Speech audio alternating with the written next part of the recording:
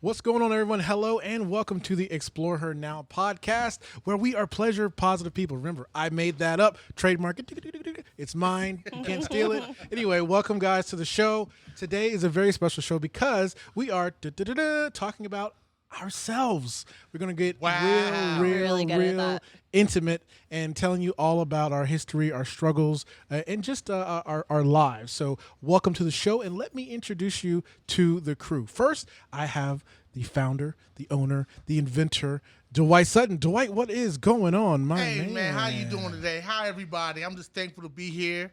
I'm just thankful for everything that's going in the direction that the company is going in.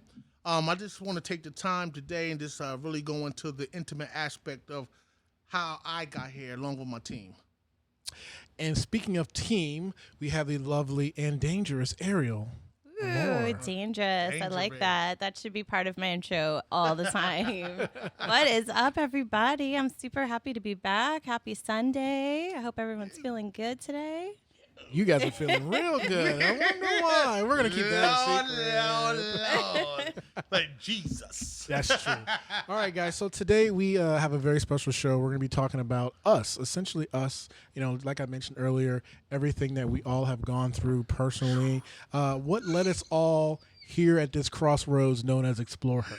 And so we're actually going to start this with the main man himself, Dwight. Dwight, you're feeling good, man. Happy Sunday, I gave him a man. shot of flavored vodka, so Happy Sunday. Feeling really good. Happy Sunday, Dwight. All right. Okay. Camera is on you, man. Just kidding. The He's light, totally sober. The light is on. The light is on you, Wow. brother. So, Now I'm about to get serious. Okay, you know what? It's all that's fun. It's a beautiful thing to be able to enjoy what you do.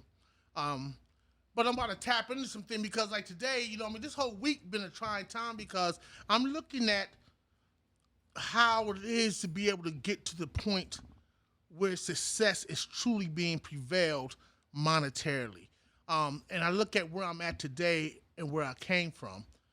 As you know, a lot of people y'all know me from Harrisburg, PA, that I'm a reader. I read books all the time, and because of the situation I'm in now, it's a book that stands out to me by Damon John called The Power of Broke. And it's about making things happen when you don't have all the monetary things to make things happen. But I'm going to tell you about myself, my struggles. And I might, you know, if I get teary-eyed, it is what it is, you know what I mean? But I believe in keeping it 100 with you and being transparent. Because, like, again, this whole movement is not about me. It's about everybody else. It's about the underdog. You know what I mean? Because, like me, I was considered an underdog. All right, you know, I grew up in Harrisburg, Pennsylvania. I was born in 1972. jeez. I'm getting You would old. not think so, though. Thank like, you. honestly, you look really good. Thank you. I don't have little lovey notes Wait a of minute. music here. She gets a raise. But anyway, I come from a family, my father and my mother. My father that raised me is from South Carolina. My mother's from Harrisburg, PA. But only thing I can say, if somebody was to ask me about my parents, I would say they were monstrous. And I say that, not saying it lightly, you know what I mean? If it wasn't for them, I wouldn't have the go-getter spirit that I have. And I give them props for that. But the point of where I had to get to be able to operate at a healthy point was a long journey. I remember, like, you know what I mean, being beaten, tortured at the age of 4 years old, where my mother would literally stomp me and kick me in my growing and stuff like that, and constantly tell me that I remind her of my biological father. And the thing about that, that was like, you know, I'm 4 years old, like, I literally can envision, like, her stomping me out. You think I'm trying to say just because? And I'm sitting there wondering, like, what did I do? Now, me being a child, I didn't understand it. Only thing I knew was pain. It was sad, and stuff like that. Like, I was scared of my parents. Like, it was fear, and stuff of that nature. And, like, you know what I mean? And not just only that, like, you know, I experienced physical abuse from them for years. You know what I mean? Being tied to the bed, being beat with extension cords, and being beat with hammers and pots and pans. Like, anything my mother got her hand on, I would get hit with. You know what I mean? She used to lie to my father for him to come and beat us, and stuff of that nature. And they literally, my parents were the first one who taught me about hate and anger, and stuff like that. And then I had a situation where we had a babysitter, and she molested me. I remember I was like 6 years old, and she's known me. She like it's real crazy because she was only like 12 or 13, and she had coerced me into doing things that I didn't know was wrong. I had to be honest that I sort of enjoyed it because after the first time, I couldn't wait till she came back. It's a natural body response. Yeah, wait till she came back. But I know that by her exposing me to some real adult type of things, it took away my childhood in the sense of I didn't play with toys. I was always trying to find the next person to play hump and grind with. Like, you know what I mean, my little friends and things of that nature. And like I was consumed with that. I needed that feeling. And it got even worse when, you know what I mean, when we got older and she moved, because she was in our family all the way up until I was like 10 or about 10 years old, and stuff. That'd be very confusing. Yeah. So the thing about it was that, you know, dealing with that and dealing with the aspect of the abuse that I received from my mother and my father, it just created in me this hatred. You know what I mean? A real hatred. And then really things came to a head, you know what I mean? Because when I was in school, everybody used to call me Richie Rich. You know what I mean? I was always dressed. We always had nice cars. We had the big house. Your family have money? Yeah, we had money. But all that horror was going on behind closed doors. Exactly. And the thing about it was like, people look, cause we had this real big house on the corner, and people would see us and would call us Richie Rich. You know, we had Jaguars, Corvettes. I was best dressed in school. I went to private schools most of my life, and like people always talk about how lucky I was, and I'm sitting there saying like, only if you knew. Mm-hmm. You dig what I'm trying to say? Because you never knew what was going to happen from day to day. You know what I mean? It's like one thing sticks out to me. We had moved out to San Diego, California. We lived at 6056 Tempest Court. And wow, you still remember that? Yeah, I have a memory that Yeah. I got a real strong memory, but it was significant because I went to school and we was having this festival. The school was called Foose in San Diego, California.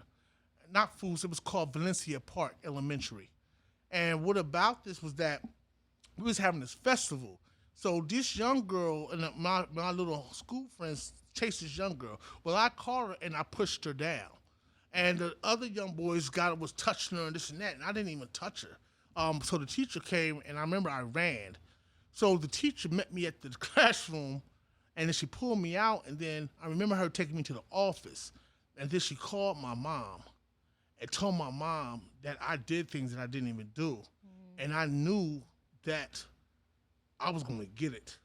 Like I was like I literally was, oh my God, that shit. I could still feel the fear of walking home, knowing that they about to get me. So when I got to the house, I remember I was walking up, and my mother and my two brothers come walking out, and they said, my mom looked at me and said, "Yeah, go on in the house. Your dad's waiting for you." And she said, "We're going to Martin Luther King Boulevard Park." And I was like, okay. So I go in the house, and my dad had these long rose bush sticks that you get in the bag, and he had took him out, and he intertwined 3 of them together. And you know what I mean? It's about 3 feet long. And he took and duct taped them and stuff like that so they wouldn't come apart, and they still had the thorns on them. And he gonna tell me that he said, "You're gonna learn today, you know what I mean, what you did was wrong." And I'm like, I didn't do nothing. You know. He took me upstairs, and he began to beat me with this shit. You know what I'm trying to say? He began to beat me to the point I started bleeding, and I defecated all over the walls and stuff, and it was crazy. He beat me till there was no more stick left. And I remember my mother coming home, and I was in the bathtub, and the bathtub was bloody, filled with bloody water. And and she snapped out and she screamed. And I still have marks from that beating and stuff. And then it was a time like after that, I remember I was about 10, maybe 11. My mother and father were sleeping in their bed. This is out California, and I was going to shoot them.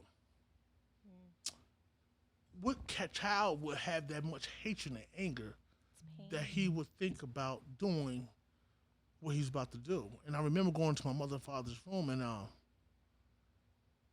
pointed the gun to my mom, moved something. I dropped the gun, and I ran. I was scared that they saw me and was going to come up and do something to me. You know what I mean? And stuff like that. But then it gets even more like, because like in this whole time, like this is where I'll tell you about how pain and how when you're not in order and you birth children, you do a disservice. And stuff like that, because like, you know what I mean, even watching my cousin whose mother was killed and she came to live with us, how she was being molested by my father, and things of that nature. And like I said, this is the type of environment I grew up in. Like it was so beautiful on the outside, but the inside was horrible. You know what I mean? Horrible. So after that, my mother, she got years later, you know what I mean, going to my mother, she had got messed up on drugs. And I remember, you know, I was going to a school called Bishop McDevitt in Harrisburg. And nobody knew where my mom was at, so I'm going out every night riding around in the hood, and I'm not used to being in the hood, and stuff, to trying to find my mother. And so I had found my mother in the projects in Hoover Homes on the south side part of Harrisburg, Pennsylvania. And she was, you know, getting high off of drug crack. And with that, I remember I snapped. You know what I mean? Because I had paid her friends to tell me where she was at. And the only reason why they told me where she was at, because they was already mad at her about something. So what happened was I came in at the right time. So when they took me to the man's house she was staying with, I wanted to kill him. So I remember I got on my bike and I ran home. And I remember I busted through the door. And I remember I'm telling my dad, like, I found her. She's with this person. She with that person, yada, yada. And I'm snapping out. I just have this rage. And I remember I went to go for my dad's gun. And my dad like, no, no, no. So he's like, take me down there. So we went down there. Make a long story short, my mother and father blamed me for everything. They said that I was the reason why she was on drugs. They blamed me for the divorce. They blamed me for everything. I got fed up with it, though. You know, I left the house when I was 16. After that, I got tired of it. You know what I mean? Stuff like that. And this is where this is what happens when you train a child up in the wrong way, it's going to come out some way. Yeah. It's going to come out in a way that nobody can control, because like when I got into the streets, I became the streets. I never grew up in the hood. I don't know what it is not to have, and things of that nature. But when I got into the streets, I was about that life. I was a guy that could inflict harm on people without even a second thought. You know what I mean? They call it displaced anger. When you were taught that. Yes. And then it was also a thing about me acting out the pain that I had inside. Mm-hmm. You know what I mean? If you came at me in the wrong way, I'm gonna hurt you, because now I have a voice and I could fight, because I was good at martial arts. I was good at fighting and things of that nature. So like, I'm going to fight. We're going to get it in. Like I remember like, you know what I mean, the stuff that I did in the streets, you know what I mean? I had shootout with cops, you know what I mean, and stuff like that. I did armed robberies, like, you know what I mean? Like there was a buddy of mine's, you know, I'm calling Hook. This man taught me, he took me in on the streets and showed me how to survive. And like I love this man to this day. Like I love because he helped me out, even though it was wrong. But the point is this: that he took the time out to show me how to survive. And I remember he had got arrested, and we had to get some money to get him out of jail soon, before the parole came and got him. This is back in 88, 89. Anyway, so I didn't have enough money. So what I did was come up with a plan with to rob 3 stores. I had robbed the Pizza Hut, the Burger King, Pizza Hut, and the gas station out there in Harrisburg. We did 2 of them. We did 2 one day and then the third one the next day. And it was crazy, right? Because I was so caught up in trying to be somebody that I wasn't. I remember, like, I was like, anything goes down. I'm down for anything, but for real, I really wasn't down for anything. But at that moment, if something would have went down, it went down. And things of that nature. And then make a long story short, the guy that I had gotten to the shootout with the cops with, he ends up telling on me. Old head from Harrisburg, and he tells on me. He ratted you out. Yeah, he ratted me out. You know what I mean? 'Cause I remember I was in a juvenile placement, and were you this under 18? Yeah, I was under 18. Wow. Still. Yeah, I was in a juvenile placement and stuff like that. And I remember when I came out for court, he was sitting at the door. I'm like, "What you doing here?" He said, "I gotta do what I gotta do." I didn't know what that meant. You know what I mean? So, but I found out what it meant, and stuff like that. So he told. But like that has been literally my life, stuff like that. So after that, I remember when I got out of when I got sentenced to juvenile time. I was getting ready, as I'm in the juvenile placement, I'm getting ready to go back to high school and stuff like that because like it gave me time to really collect myself because I've always been a bookie person. I've always been very intelligent and stuff of that nature. So I went back to school. I was going to a school called John Harris at Harrisburg High in Harrisburg, Pennsylvania. And, you know what I mean? I was about my business. School was easy to me. And I was playing football.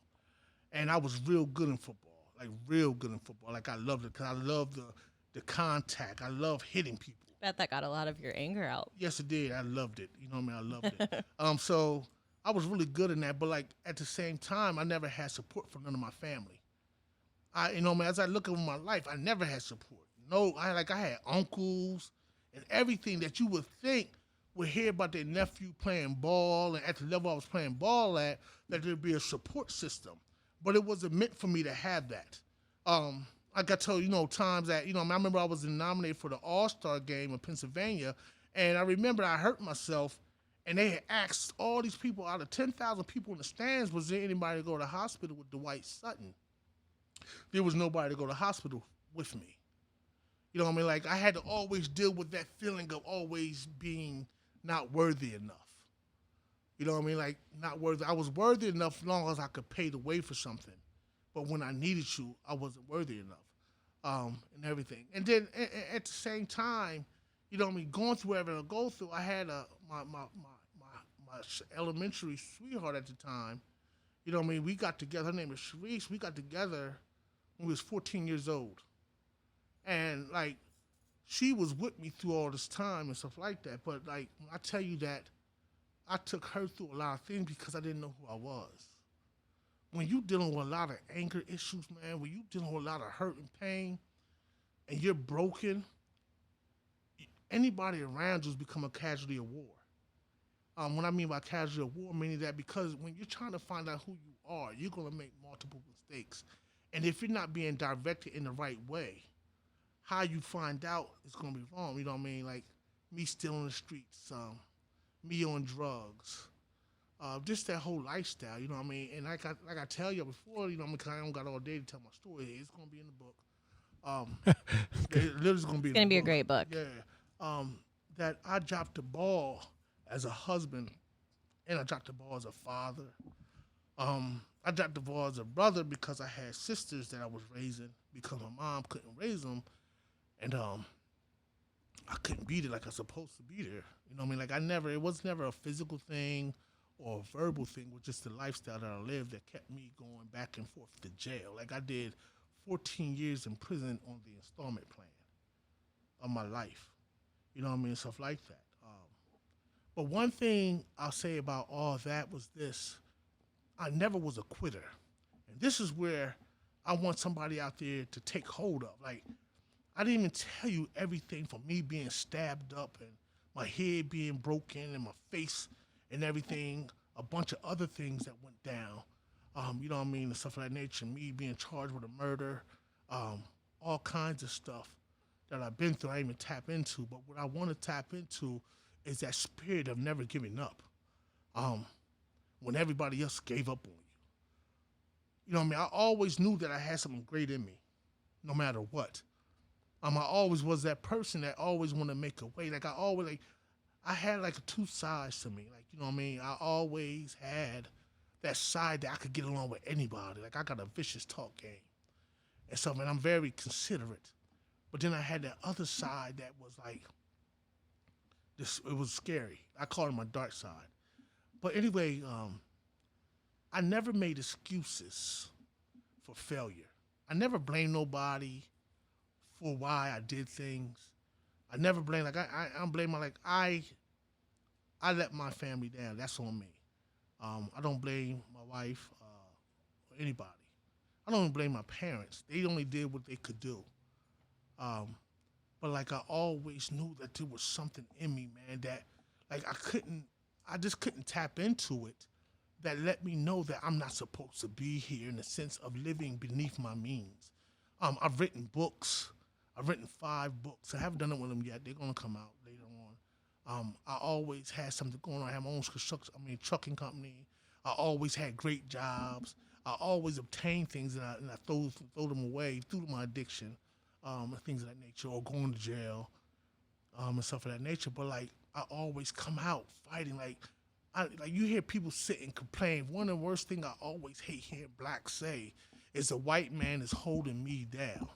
I hate that. Or I'm a felon and I can't get a job. I have 14 felonies. Or nothing crazy as far as with children and things of that nature. I don't do that. But the thing is this, that I never let that keep me down. Anybody that knows me can tell you that Dwight is going to go get his. You know what I mean? Like, and then it brings me to this point here with XplorHerr. XplorHerr has literally been in the works almost 9 years. The process that I had to go through to finally get here was long. The first thing that came out, I was going to use for the product, I was going to use air to try to inflate it, and it wasn't cost effective. And then I went to jail, so it stopped. And I come out and I work on it again, and I go to jail, and things of that nature, or it was my addiction and stuff of that nature. But I never gave up because I knew that I had something, man. Like, this product here is a game changer. It literally is a game changer because there are millions of people out here that need assistance in the area of intimacy where they may lack in size. And I develop a product for that. And you always hear me say that it's not about the product. It ain't about me. You know what I mean? It's about everybody. My thing is about being able to impact people's lives where they at. Be able to give that man, that relationship, an opportunity to grow because they might have been stagnant because of the physical aspect of their relationship, meaning the intimacy. And this is why that it's imperative for me to be able to push this. It's imperative for me to get this out. Has it been a struggle? Yes, it has been a major struggle.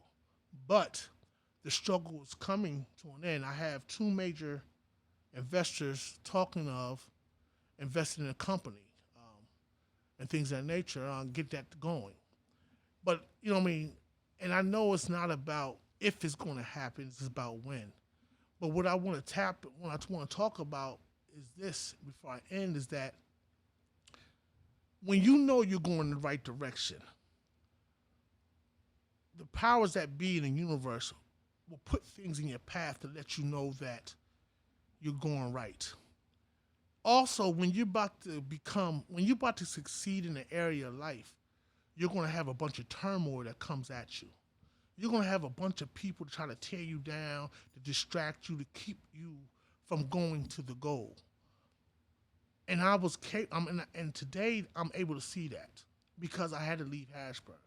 But then, like, what's so heavy and beautiful about this, as I'm getting the business up and going again, and really this time I'm really focused. And I thank my brother Kevin Sutton for just giving me the opportunity because, you know what I mean, it could be a little bit more tighter, but, you know what I mean, I thank my brother and his wife for saying, hey, you know what I mean, you come stay with us and things of that nature. and I appreciate them for that. But like then I met this guy named Phil, which was my brother's partner on his radio show. Phil Bird, he's my partner. I'm the podcast doctor. And what's so crazy about this that I knew that it was meant to be Phil, and he's gonna tell you his story. But Phil literally dealt with the penile issue, the penis issue, and he was able to relate to the product. Now, how could that be that the powers that be allow me to be able to connect with someone that's significant to this brand, that also understand this brand, that can relate to why it is a necessity? That right there was a confirmation from the powers that be. And then I have my other partner, Ariel. How I met her, she was working for my sister on a campaign doing stuff. And I remember when I seen her page, I didn't know that was her, the woman that works at my sister's office. It's okay. You know what I mean? My alter Yeah, ego. What? Yeah, exactly. So yeah, exactly. So I'm sitting there like, I'm looking at, I remember I sent her this long message like, hey, I'm looking for somebody to do marketing and this and that and yada yada and stuff of that nature. And then she didn't respond right away, but I could tell that when she responded, she was like hesitant. You know what I mean? I was a little freaked out. Just a little bit at first. So, but the thing is that, you know what I mean, through the whole situation, when she told me like, hey, I'm not going to be, because I'm concentrating on this, but she stayed concentrated on, I was looking for other directors of marketing, but I really knew that I wanted her because her personality, she's beautiful, she's already connected. And like what I got from her, like all the social media stuff, everything that's going on, because I'm not a computer person.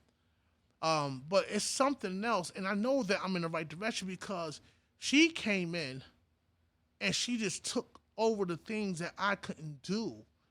And that was powerful to me. You know what I mean? Because like with me, like I remember I had a buddy, he had these houses and warehouses and stuff. His name was Chris from Harrisburg, Pennsylvania. And I remember that he had this one warehouse that was tore down. And when we went to the work, it scared me. But the thing is this, is that I was going to help my friend out like it was my own. And being my man, bust that we cleaned that warehouse up and a couple other houses and everything. It wasn't about the little bit of money. It was just about me being a part of something to help him out. Because I believe in paying it forward. You think I'm trying to say and stuff like that. But like when she came on, Ariel, the things that she was doing for me and helping me out and her mindset, it was like a relief because at this point, I was doing everything on my own and stuff of that nature. But I thank God that, you know what I mean, that he sent people in my life to truly help me out. Now, you know what I mean, we're at the point where things are about to happen. Things are really about to take off. You know what I mean, we looked for the launch to be in January for the product. Looked to have the product in a couple months.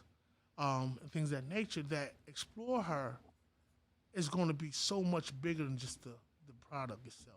Well, but before we move on to me and Ariel, let's actually talk about the product, because some people, this may be the first time they're actually seeing this. Okay. So if we see someone's watching this video, they're like, okay, this is interesting. You're talking about a product. What product are you talking about? Right. Okay. As I told y'all before, I said there was a research done that asked 3 million women what they prefer in a man's penis. 97% of the women said they'd rather have girth. Me being who I am, went out to research why. Because 97% of 3 million was a whole lot. And when I seen that big number, I thought of my big numbers. So I wanted to go see what was out there. So I sat and talked with hundreds of neurologists and gynecologists and sex therapists just to find out. So when I went and found out, I found out through that from the clit to the G-spot, there are 8,000 nerve endings, 2 to 3 inches of the vaginal walls. And the nerve endings spread out on the sides and around the wall because a lot of people don't understand the anatomy, that the clitoris of the woman doesn't begin to stop where you see it. It's elongated. It goes back and up under. But then when I went to search the products that they had to help men out to be able to achieve girth to be able to give her that pleasure, everything they had out there was false. Mm-hmm. Everything. They got 30,000 pills of male enhancement that don't work. They don't work, but it's $1 billion industry. Lies, all of it. Nature, right. And you could research. What I'm saying, you could research, because we will never say something that's not true. So what I did was develop a latex product that goes on as a sleeve but inflates. But what's so powerful about my product is that it's mathematically and scientifically put together to be able to touch every nerve ending of the vaginal walls. And then when it inflates, it pushes up on the G-spot. So she's getting the pleasure that she so desire. She's being able to be fulfilled because every man wants to please a woman.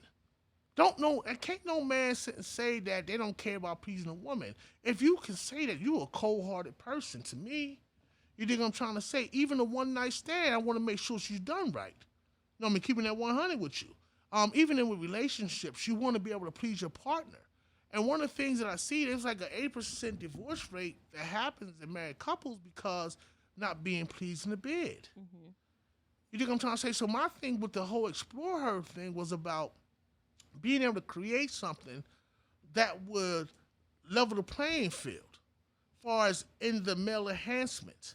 So I have a product that's soon to come out that's guaranteed. This ain't something that you have to hope it works.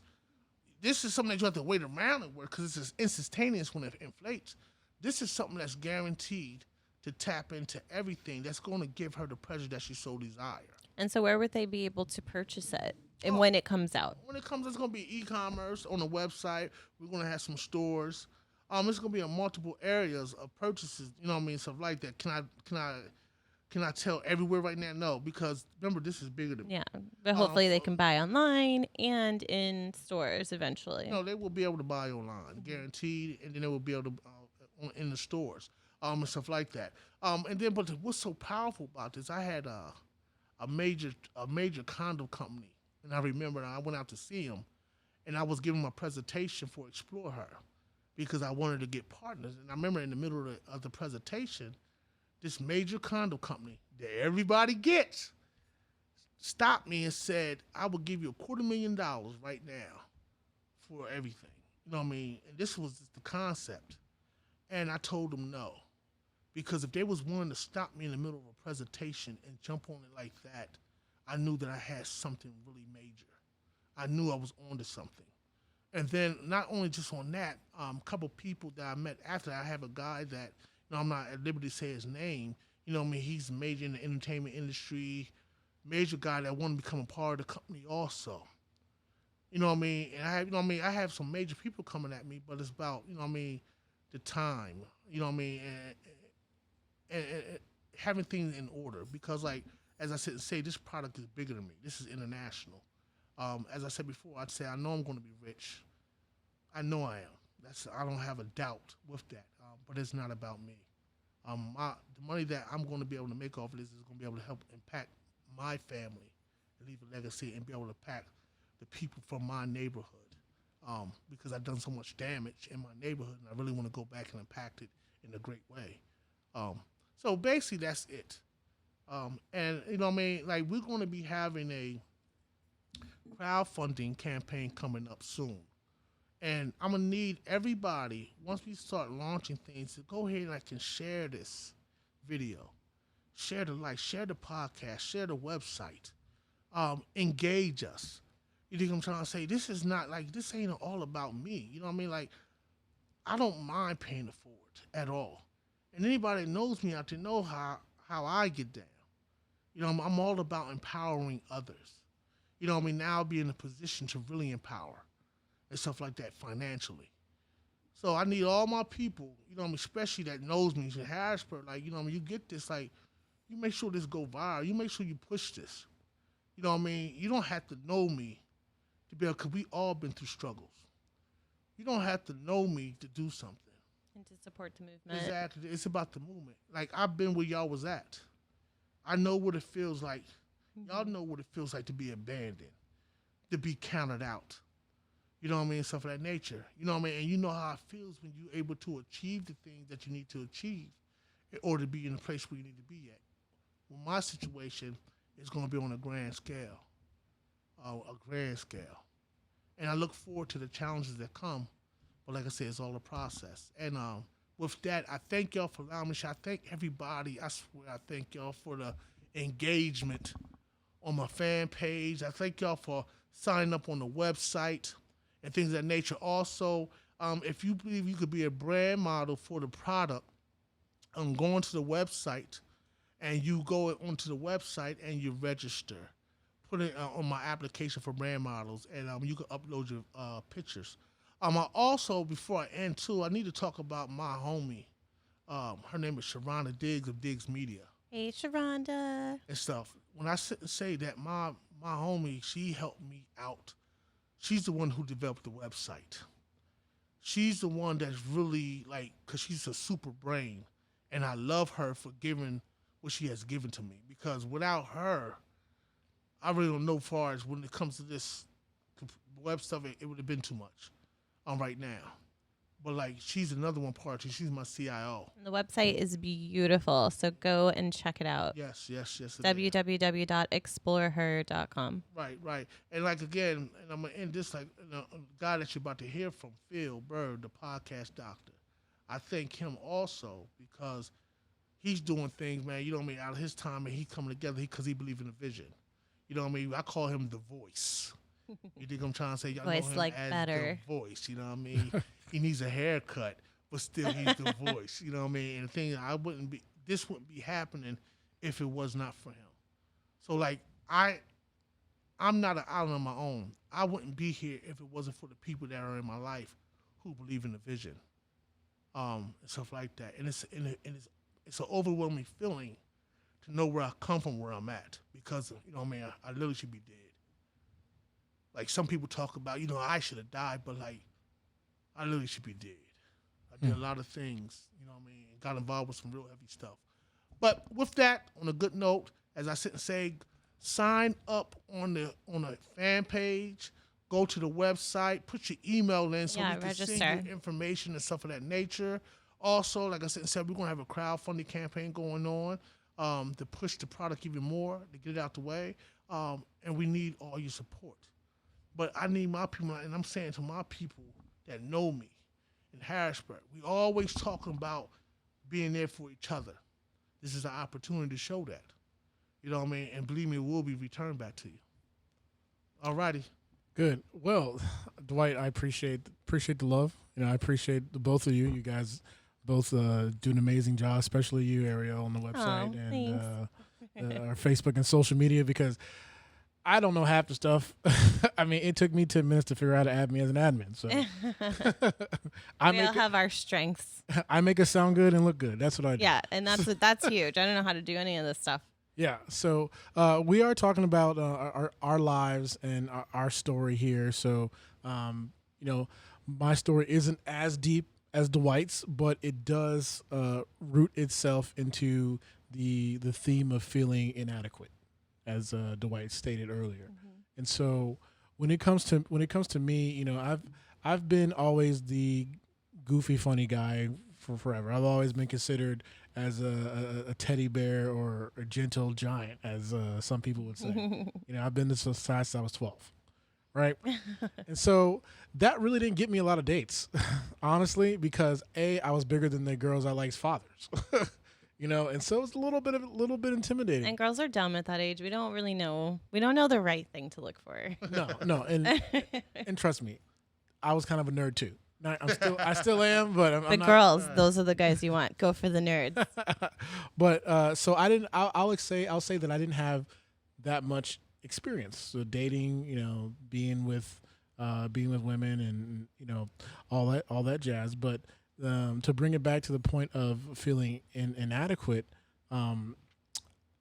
being a big guy, like I said, I was this big since I was 12 years old. I was diagnosed. I was diagnosed with type 2 diabetes when I was that age, right? And so, my parents didn't really do that well of a job at controlling it, just because the knowledge just really wasn't there. Yeah. I guess you can say. And so I didn't care because I didn't have any symptoms. Only thing I knew is that I went to the bathroom a lot. That was it. Interesting. Right? And so putting it off and putting it off and putting it off. You know, I've been a diabetic over 20 years. You know, hey, I might have been even more. I just wasn't diagnosed until I was 13, right? And so that stuff takes a toll on you. And if you do know a little bit about diabetes, it does affect your vascular system and the blood flow in certain areas. Really? I never would have thought that. Yeah. A lot of cases, you know, you guys have heard of erectile dysfunction. You hear ads about it all the damn time on TV and on the radio. Having diabetes is one of the major causes of ED, right? And, you know, me, I'm in my 20s. You know, I'm like, what's like the prime of your like, sexual life? What is going on? Yeah. You know, and so I have literally stopped future relationships or ended relationships early just from, let's say, not anxiety. It could be anxiety, I guess, sexual anxiety, because I knew where it would lead. Does that make sense? I knew where it would lead, and I didn't want to come to that fork in the road out of just sheer embarrassment. But I was still so ignorant that I didn't change because I didn't even know that was it. Just like you just said, you didn't know. I didn't know either. I just thought, what's going on with me? So it's like a reject them before they reject you kind of thing. Do I not actually like these women or something? Yeah. Like what is going on with me? It's such a tough age, especially. It's weird. It's very confusing. It's very confusing. And, you know, and so I've been on the radio for a while, since 2013. But when I met Kevin Sutton, I became a member of the show. And when I decided to get on the show, on the radio station, we would have all of these ads, just like you hear all the time. Say, hey, you got problems, high blood pressure, diabetes, we can solve it. Come here, right? So I'm like, let me take advantage of this because I work for the radio station. Yeah. I can be the best testimonial that you could ever have. So I'm like, all right, let's do it. I'm going to go, right? So I go to the clinic. It's local here in Orlando. I'm not going to say the name of it because I forgot it.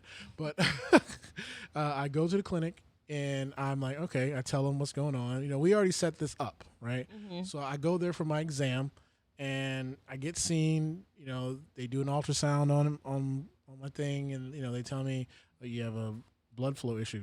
Obviously, I'm a diabetic, right? And so he's asked me, have I ever tried, you know, the pills? You know, like Dwight said earlier, there's over 30,000 different male enhancer pills out there. And yes, I've probably tried 29,999 of them, right? And none of them work, right? And the same goes with the major ones too, you know, and then having diabetes prevents a lot of stuff. Even with the major ones that you see that you know work, they didn't work on me. So I go to the clinic, get my exam, and then I get told to, hey, lie on the table.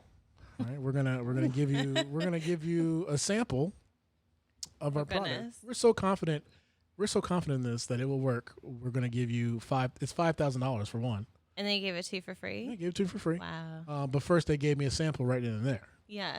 Right. So I lay on the table, put my pants down. You know, got to. And what they do, they actually take your penis and they shove a needle in it. Oh, my God. Oh, Jesus. Oh, my goodness. And so I know it's not that dramatic, but it really is, honestly. I mean, it sounds pretty dramatic. It really is. So I'm gonna give us a grid view so we can see everybody. Is that cool? Yeah. Y'all cool with that? Dwight, you cool Sure, with that? why All right. not? Yeah, Because yeah. I don't want to keep looking at myself.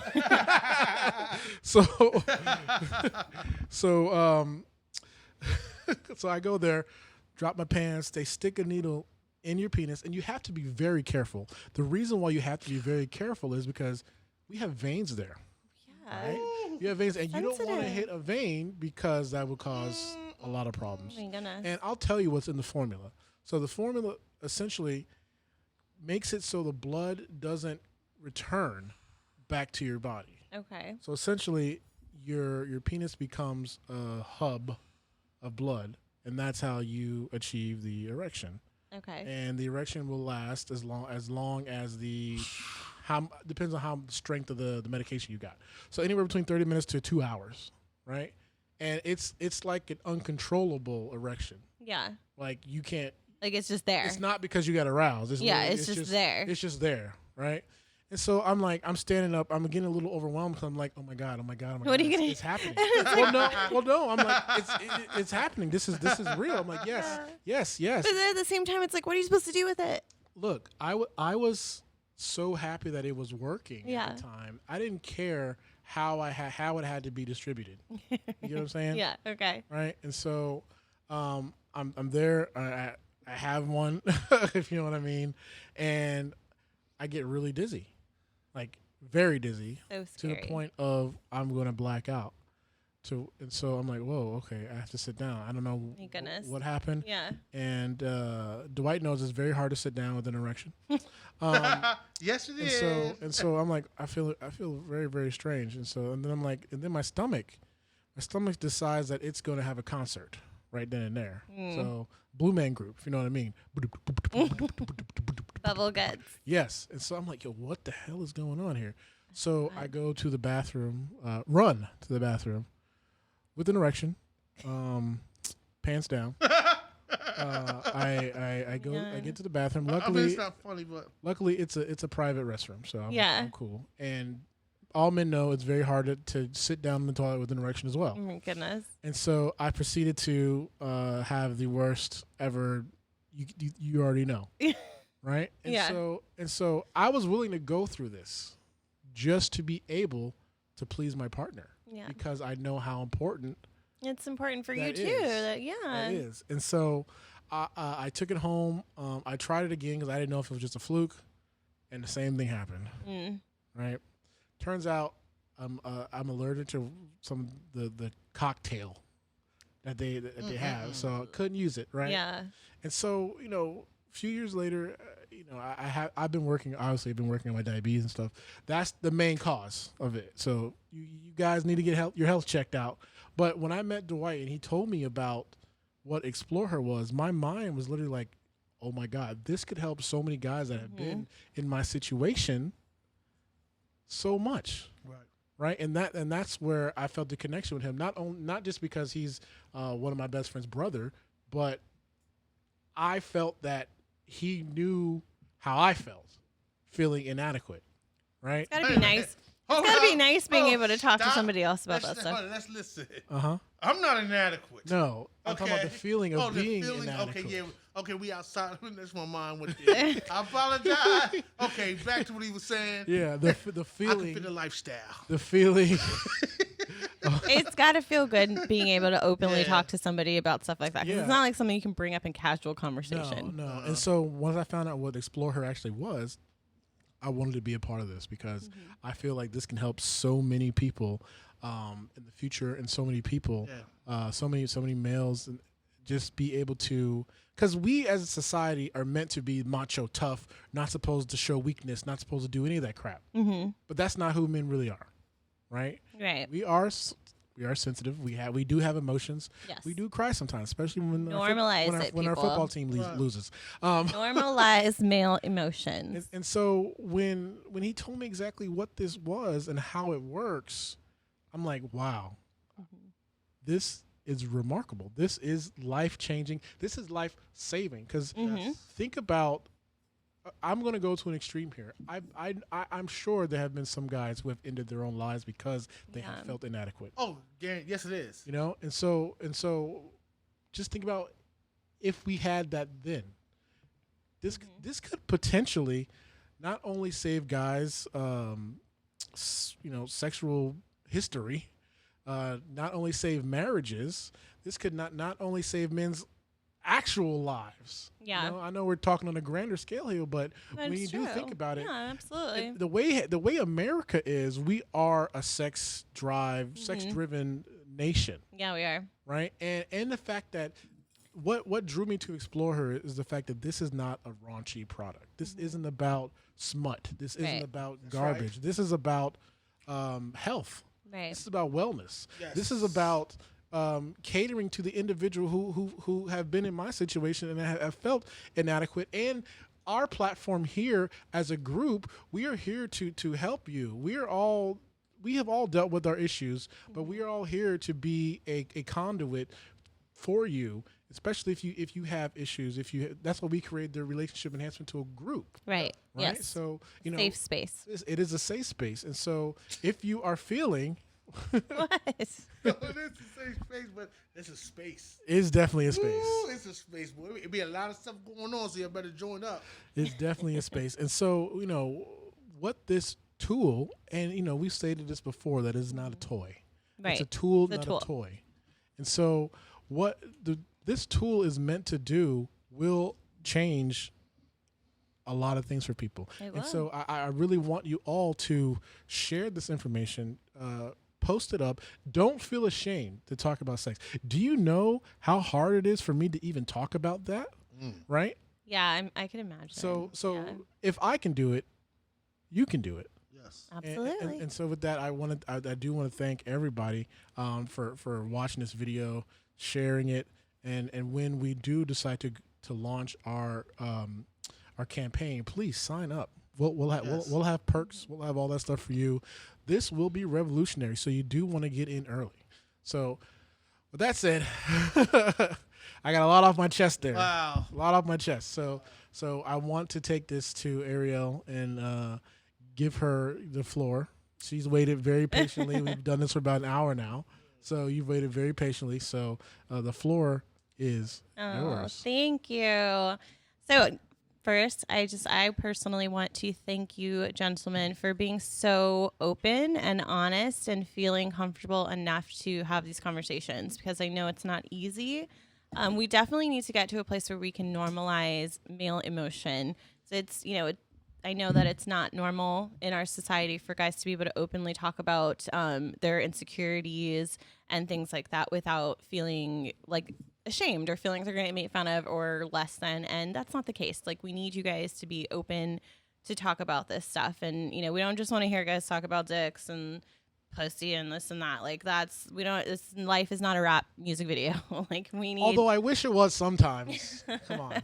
Oh God, no, I'm good. Like, we want real conversation, and we want men to be able to open up. And so thank you both very much for sharing your stories and just feeling comfortable enough to be like, to expose your emotions and to be that honest. I think it's really, really admirable. But kind of, for me, I think I bring in a whole different perspective, because obviously, as a woman, a sexually active woman who's in a relationship, who has 3 children, so clearly I have done some things correctly in terms At least 3 times. at least 3 times. For me, I think that my relationship with intimacy and relationships was very much created and groomed and everything from when I was very young. And I was fortunate enough to not have suffered a lot of the trauma that Dwight was so gracious enough to share with us. Unfortunately, my mother did experience a lot. They have very similar background stories, actually. Oh, really? In terms of a lot of physical violence, a lot of sexual abuse, a lot of just trauma in their childhoods that made it very difficult for my mother to know how to approach the world in it from a healthy perspective. Mm-hmm. So then, to make things worse, she had 4 daughters.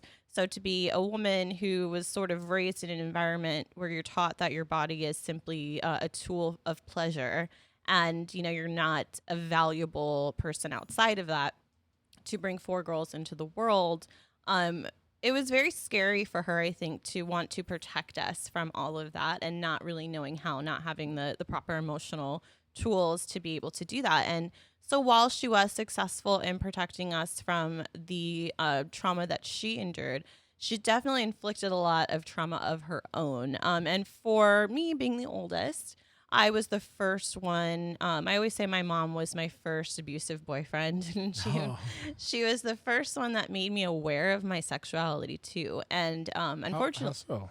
well, she made me aware of it in a negative way. So when you're, 10, 11, right before you kind of reach that peak of adolescence and your body starts to change, you really don't think about certain things. You don't really think about sex, unless you've had experiences similar to Dwight's, where it's exposed. Forced upon you. It's forced upon you. You're exposed to it at a very young age. That's entirely different. But an average circumstance, I guess, when people are protected from those kinds of things, they don't really start to get those feelings or those thoughts in their head or be curious about things until they start to hit puberty. So for me, it was almost like overnight. I went from just this carefree young girl to turning into a woman. And I hit puberty, my body started to change, my boobs came in, and I started to get curvy, and my mom like lost it, like freaked out.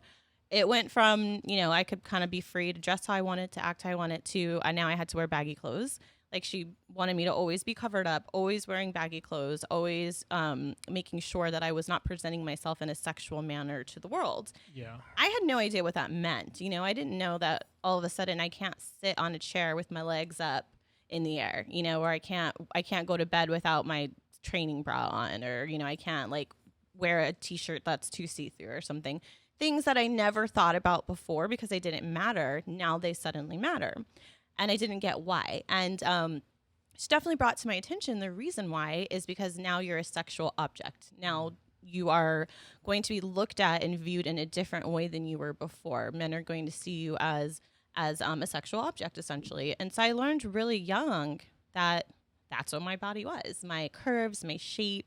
It was going to, or men were going to be aroused by it. They were going to be not just attracted to it, but aroused by it to a point of even being weakened, where they can't control their behavior and actions. So did you, as an adolescent, when you got that type of attention, did you like that?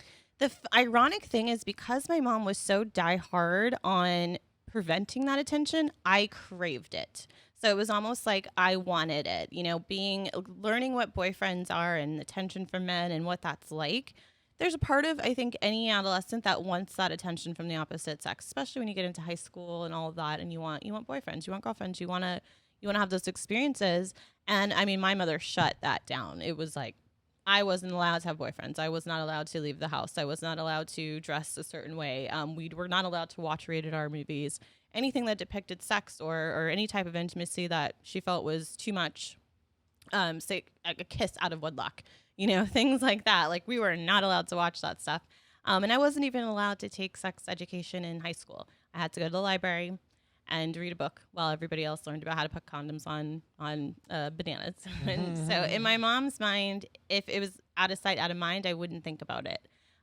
She's also very religious, so it was very much all about saving myself for my future husband and keeping myself pure and blah, blah, blah. But I think because she pushed that on me so hard, you rebelled even harder. I literally was like, I left home at 19, and I always say I turned into Britney Spears like overnight. I cut all my shirts into crop tops. Oh my God. I was like rocking the low-rise pants. And I was a virgin until I was 19 years old. She was very successful at keeping me hidden from the world.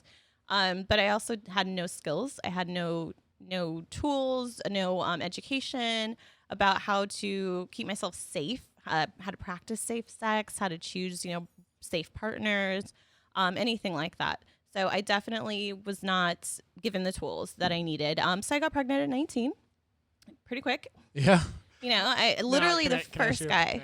Oh, you already answered that. It was my first boyfriend, not my second boyfriend ever, but my first time having sex. Like, it probably wasn't the first time, but I would say within at least the first 2 months of me having sex and being a sexually active adult, I got pregnant. Oh no.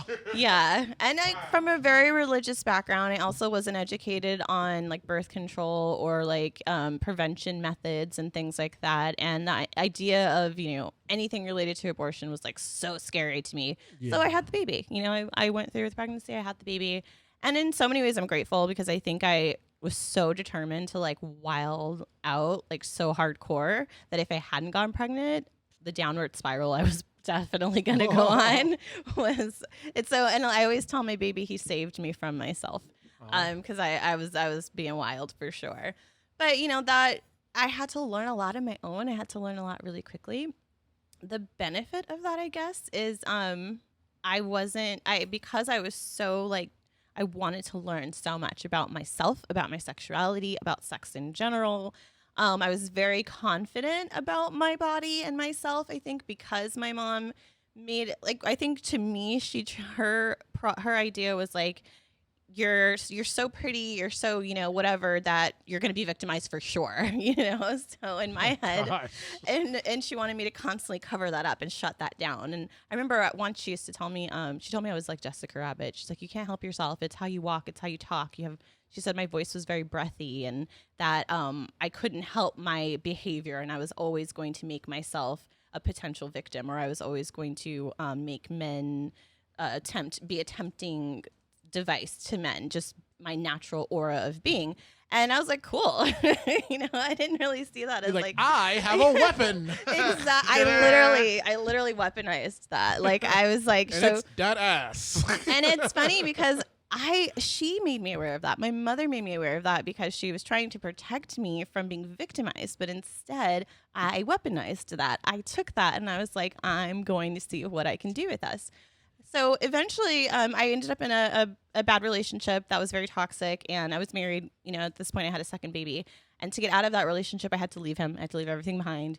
We had to stay in a shelter for a little while. So to get my life back and to get myself back on my feet, I started dabbling in the adult industry. I went from webcamming. I did a lot of webcamming stuff. I did the sugar daddy thing. I did it all for the most part. You did it all for the nookie.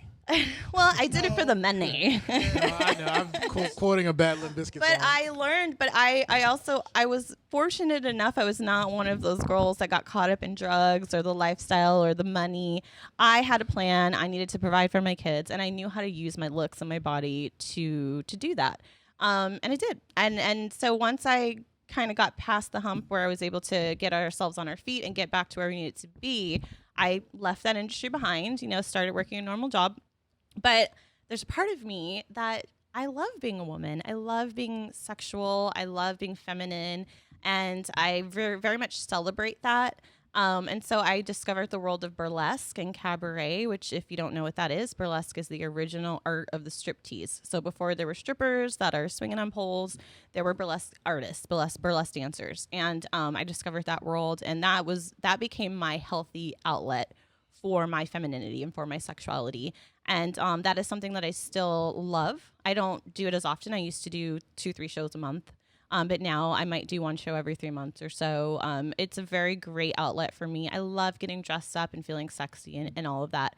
But what brought me to XplorHerr and brought me on this path. Know that. Yeah. So COVID, honestly, if I were gonna blame anything, I would blame COVID, because when COVID hit, everything shut down. I lost my full-time job, in the tech industry, and all of the venues where I was performing shut down.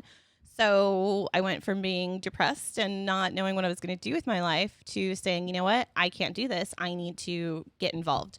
So I actually went on Facebook and I looked up local government, our local politicians, and I came across our county commissioner. And she's up for re-election. I was like, oh my God, I love what she stands for. I want to work for her, and it'll give me a purpose. It'll make me feel like I can do something in this uncontrollable time that we're in right now. So I reached out to her. I started working on her re-election campaign. I got to use all of my skills in marketing and advertising, because while I'm very good at thirst trapping and I'm very good at I know how to use my image and my femininity to get the attention that I want to put towards the things that I want to promote. I also know how to use the social media and just marketing in general to get attention and get engagement and traffic in the way that I want. So I used all of those things towards her campaign to help her win. And she won big. She won, by landslide, and it was a really amazing experience. And in that process, that's how I met Dwight. She ended up being his sister-in-law. And when right when I started working with her, I get this because I have my personal Facebook page, and then I have my performer Facebook page that goes by my alias, which was Ariel Moore. It's a little bit more risque, and I was doing all the political stuff through my personal page, trying to keep it clean. But on my Ariel page, I get this message from this guy, and it was straight to the point. It was like, listen, I'm not trying to hit on you. I'm not trying to be gross, but I have this product for small penises, and I know all about the vagina. I know more about the vagina than you do. Literally. If you missed that episode, go back on YouTube. Yes, no, there's a whole, he's very informed. This man knows more about vaginas than I do, and I have one. Professor Dwight. Yes. So this email he sends me, and I'm like, what is this guy talking about? Like, I was so thrown off, and I didn't put two and two. I think I had met him once in passing, but I didn't put two and two together that he was the person that was sending me this message. And I do get a lot of weird messages of guys always trying to just, holler or whatever. And can I buy feet pics? dude, weird stuff. Trust me. Everything you can think of, someone has approached me about. And so I was very thrown off. I was like, what? The word penis and vagina has come at me way too many times, like this quickly. And I don't even know what this is about. So I had to like take a step back and be like, what? So once I figured out who he was and what was going on, I was still very much involved in the campaign. So it's like, right now I'm putting everything into the campaign. I don't think that world and that world are going to mesh very well together. So I'm going to keep my focus here. But once the campaign ended and it was over and I was kind of back to not really having a purpose. And that's my thing is I need to have a purpose. I'm not somebody that can just have a job and I need to have a purpose and a passion. And my purpose and passion very much is in supporting. Like I am a leader by heart, but I'm also I love being a support system and a supportive person and taking my leadership skills and putting it into something else that I can help grow and thrive. And once I got to know more about the product, and I mean, I'm a realist. This product doesn't exist. It's not on the market. We all know that it is something that's extremely needed out there. There's a huge market for it. There's so many people that are going to benefit from this. So to me, I saw $1 billion idea and I was like, I want to be a part of this. Absolutely. And as I got to know more about Dwight and more about the product and everything, I really kind of went all in. And I'm fortunate right now that I've had the time to really invest and put behind it. And I plan to continue, to really put in as much as I can to really take this as far as it can go, because I see very big promise and big things. So the next step for us, though, is we need all of your help. We need your engagement. We need your interest, because you're the people that the product is for you. The podcast, everything that we're trying to do is trying to create a safe space for communication, that we're trying to really, really explore and dive into the anatomy of intimacy. So going beyond sex, going beyond, all of the stuff that we are okay talking about, but getting into the deeper stuff that we're not okay talking about that really exists that we need to talk about. So we need your feedback. We need your interest and engagement. Please sign up for our email list on the website. So www.XplorHerr.com, and that's explore with an X. So XplorHerr. Yeah, look at the TV. XplorHerr.com. Sign up there with your email so that we can have you on our email list. You can be the first to know about anything that's going on and happening, get alerts about it. We have our Facebook page, and there's also a really cool group on Facebook that's a lot of fun. It's a very open and safe space, but you can go post things, you can interact with other people, and it's just a fun place to engage. So thank you guys so much for all your support. Don't stop, though. Keep it coming. We're all on camera now. Hey, deuces! All right, thank you all so much. Yeah. Yes, thank you. And I want to say again, thank you all again for everything that you are doing. Just keep supporting us. Keep sharing and everything. And like I said, it's going to be more to come, and we want to keep you in tune with us and stuff like that. And like, again, we appreciate everything that you're doing. All right, guys. Don't forget to subscribe on all podcast outlets. Follow. Because the podcast is there. All right, folks. We'll catch you next week. Bye. Bye-bye.